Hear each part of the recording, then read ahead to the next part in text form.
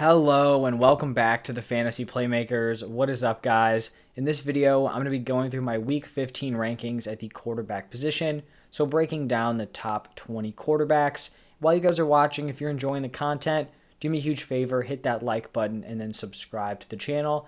But let's just get right into it, and we're going to start it off at the top here. So at number 1, I have Josh Allen, followed by Tom Brady at number 2. These guys both played against each other in Week 14. Both played very well, put together some nice fantasy numbers. They're consistently finishing at the top tier of the quarterback position, so two great guys to start off this list. Then at number 3, I have Justin Herbert, who faces off tonight against Patrick Mahomes in a big-time matchup. Big-time matchup for fantasy and just for the overall NFL standings.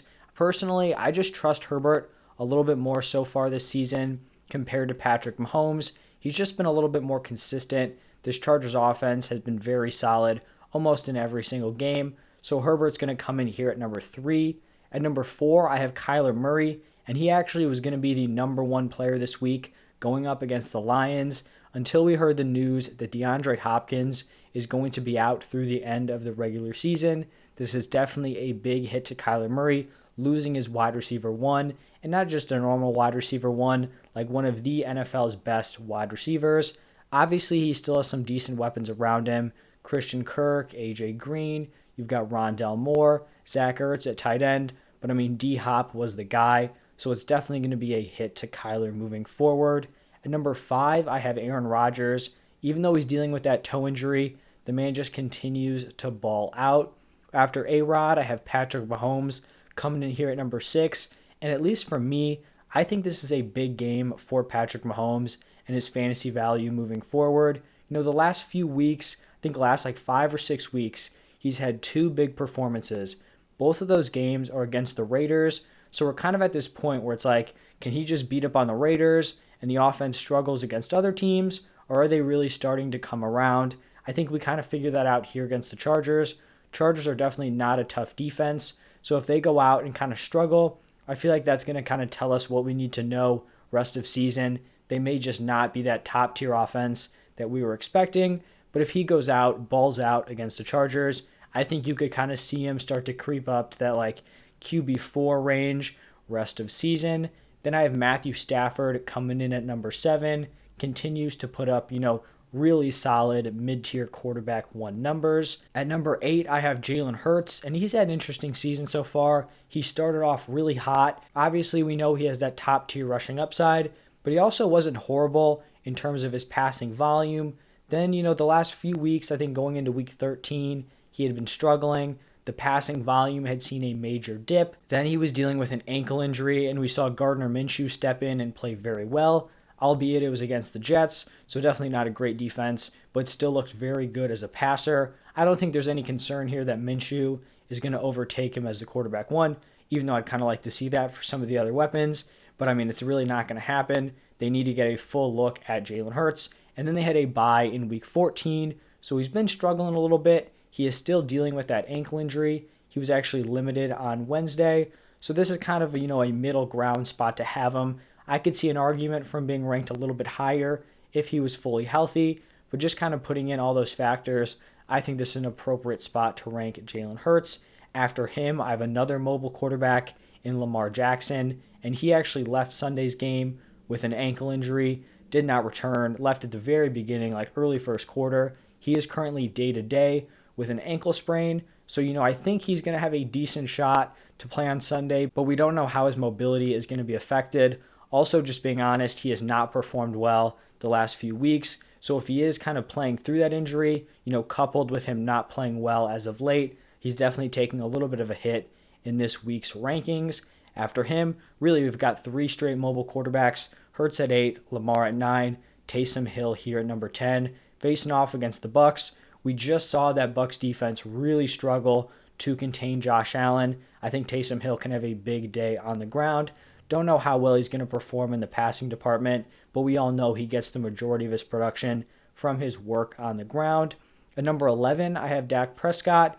This definitely seems a little bit low for Dak. He straight up just has not played well the last 4 weeks. I think he has like 1 solid performance in his last 4 games. He doesn't have a super easy matchup this week against the Giants.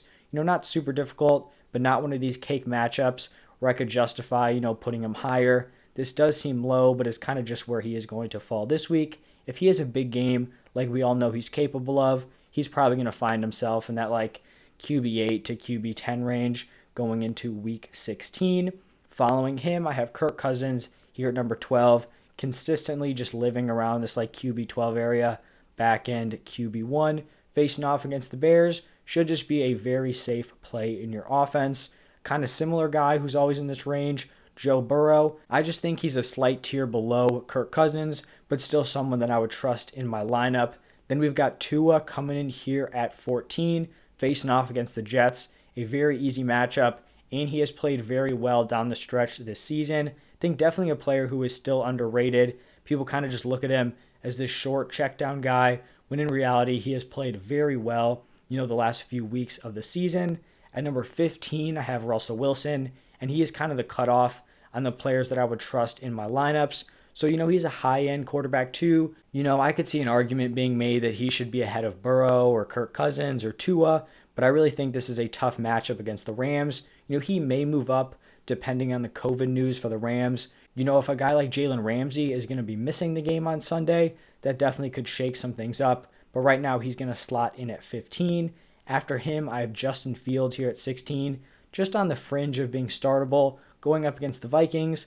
Not a super tough matchup for him. I just don't have a ton of trust in this Bears offense, but I do think he's kind of ahead of these other guys who haven't really ever been starts that you really want in your lineup. Guys like Jimmy Garoppolo or Derek Carr. Early in the season, you wanted Derek Carr, but as of late, the weapons around him are just not ideal. Jimmy G is here at 17, and he's one of these guys who can put together solid performances. The problem is, if the 49ers offense is running perfectly, just how Shanahan wants, Jimmy Garoppolo is just not going to be super involved. They're going to be relying on Elijah Mitchell and Deebo Samuel out of that backfield, and they're not going to put a ton of pressure on Jimmy Garoppolo, so he's going to slot in as a mid-tier quarterback too. At 19, I have Ben Roethlisberger. He's basically been in this range all season long.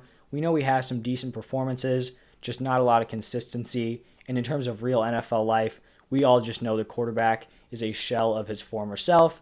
And then at 20 coming in here, it is going to be Ryan Tannehill.